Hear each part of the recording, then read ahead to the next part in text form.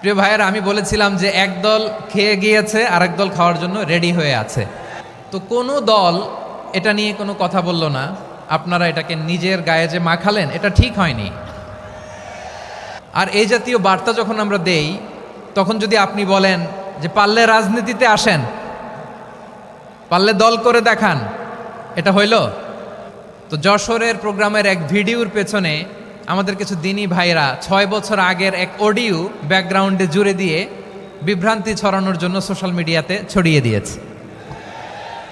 তো তাদের প্রতিও আমাদের কোনো রাগ নাই, ক্ষোভ নাই। তারা হয়তো দিনই তাকাদা থেকেই করেছে। বিশাল মাঠ, আমি তো বাংলাদেশের অলমোস্ট অধিকাংশ জেলায় গিয়েছি। এই এমসি কলেজের ময়দানের মতো মাঠ আমার চোখে আর পড়ে নাই বাংলাদেশ।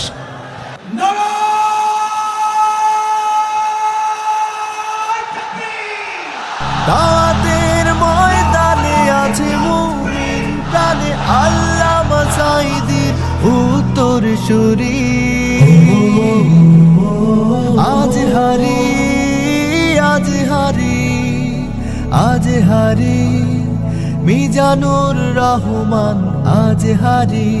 সিলেটের আলিয়া মাদ্রাসার যে ময়দান, সেখানে দীর্ঘ 33 বছর 34 বছর সরাসরি কোরআন থেকে তাফসির করে আপনাদেরকে শুনিয়েছেন এই ভূখণ্ডের তাফসির জগতের কিংবদন্তি শহীদ মরহুম আল্লামা দেলোয়ার হোসেন সাঈদী রহিমাহুল্লাহ। আমরা আমাদের আল্লামার জন্য দোয়া করি, আল্লাহ তাআলা মরহুম আল্লামা দেলোয়ার হোসেন সাঈদী রহিমাহুল্লাহর জীবনের সকল খেদমাগুলোকে আল্লাহ তাআলা কবুল করে নিক। ওনার কবরটাকে আল্লাহ তাআলা কোরআনের নূর দিয়ে মোনাওয়ার করে দিক।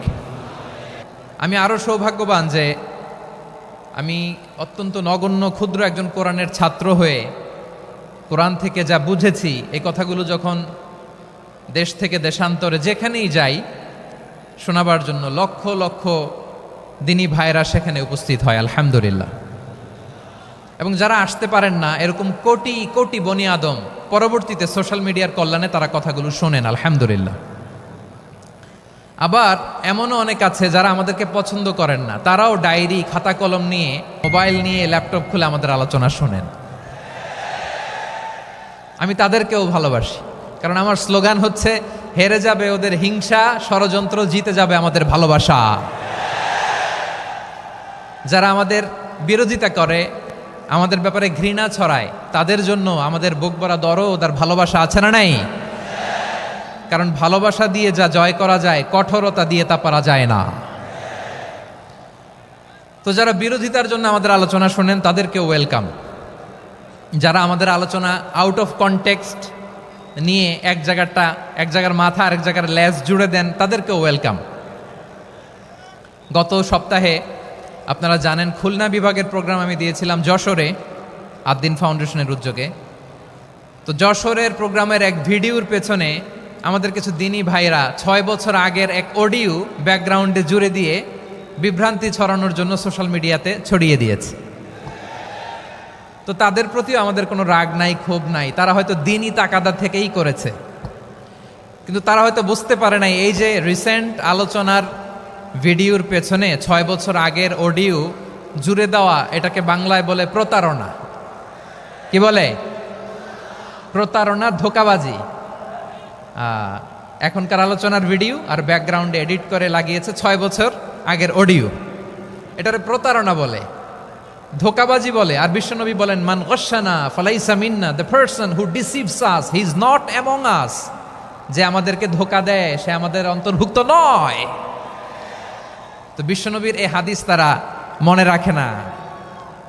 তো এই জন্য শুধু বিশ্বনবীর প্রতি সাল্লাল্লাহু আলাইহি ওয়াসাল্লামের প্রতি সেরেফ ভালোবাসা আপনাকে বাঁচাতে পারবে না যদি বিশ্বনবীর আদর্শ আপনি গ্রহণ না করেন। তার জলজান্ত প্রমাণ, আবু তালেব বিশ্বনবীকে অনেক ভালোবেসেছেন আলাইহিস সালাতু ওয়াসসালাম। পলিটিক্যাল শেল্টার, ফিনান্সিয়াল শেল্টার, সব ধরনের শেল্টার তিনি দিয়েছেন, কিন্তু বিশ্বনবীর আদর্শ মানেন নাই। মুক্তি মিলবে? হ্যাঁ, আওয়াজ করে বলেন, আবু তালেবের কি মুক্তি মিলবে?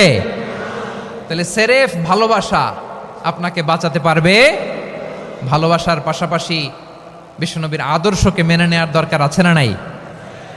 তো যারা এই সমস্ত কাজ করেন আমাদের ভাইয়েরা, তাদের জন্য আল্লাহ তাআলার কাছে আমরা হেদায়েতের দোয়া করি। আবার আমি দেখেছি আমার গত সপ্তাহের যশোরের আলোচনার একটা লাইনকে কেন্দ্র করে আমাদের অনেক রাজনীতিবিদ বন্ধুরা অনেক ক্ষুব্ধ প্রতিক্রিয়া দেখাচ্ছেন। ওই কথাকে নিজেদের গায়ে টেনে নিজেদের গায়ে মেখে ওনারা ক্ষুব্ধ হয়েছেন। প্রিয় ভাইয়েরা, আমি বলেছিলাম যে একদল খেয়ে গিয়েছে আরেক দল খাওয়ার জন্য রেডি হয়ে আছে। তো এখানে কি আমি কোনো দলের নাম বলেছি?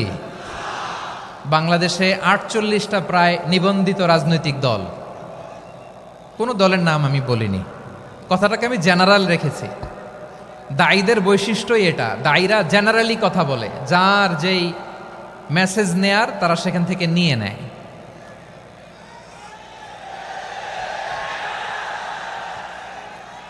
তো কোনো দল এটা নিয়ে কোনো কথা বলল না, আপনারা এটাকে নিজের গায়ে যে মাখালেন এটা ঠিক হয়নি। আমি বলবো যে এটা খুবই অনভিপ্রেত হয়েছে। কোনো দলকে টার্গেট করে বা কোনো দলের পক্ষে আমরা কখনো কথা বলি না। আমরা কোরআনের পক্ষে কথা বলি, ইসলামের পক্ষে কথা বলি, ঠিক কিনা বলেন? সো একটা জেনারেল কথাকে যদি আমার রাজনীতিবিদ বন্ধুরা নিজেদের গায়ে মাখেন, ক্ষুব্ধ প্রতিক্রিয়া জানান, এতে করে সাধারণ জনগণের কাছে একটা নেগেটিভ মেসেজ যাবে ওনাদের ব্যাপারে। এটা হোক আমরা চাই না। এদেশের যত এই যে আমার ভাইয়েরা, এই যে তো আমার প্রিয় রাজনীতিবিদ বন্ধুদের আমি বলবো, কথাটা ছিল ভেরি জেনারেল, এটা নিজেদের গায়ে মাখানোর কোনো দরকার নাই। আমরা এই যে এক্সিস্টিং যে রাজনৈতিক চর্চা, এটা থেকে আমরা বেরিয়ে আসতে চাই। আমরা চাই না এদেশে চাঁদাবাজি, দখলবাজি থাক, ঠিক কিনা বলেন? এদেশে কোনো দুর্নীতি থাক, টেন্ডারবাজি থাক, এগুলো আমরা চাই। আই হেট পলিটিক্স একটা জেনারেশন আছে, এই বেশিরভাগ জেনজি অফ সিলেট, এরা আই হেট পলিটিক্স জেনারেশন, এরা পলিটিক্সকে পছন্দ করে না। তো কেন করে না, এর দায়ভার আমাদের আছে না নাই? আছে।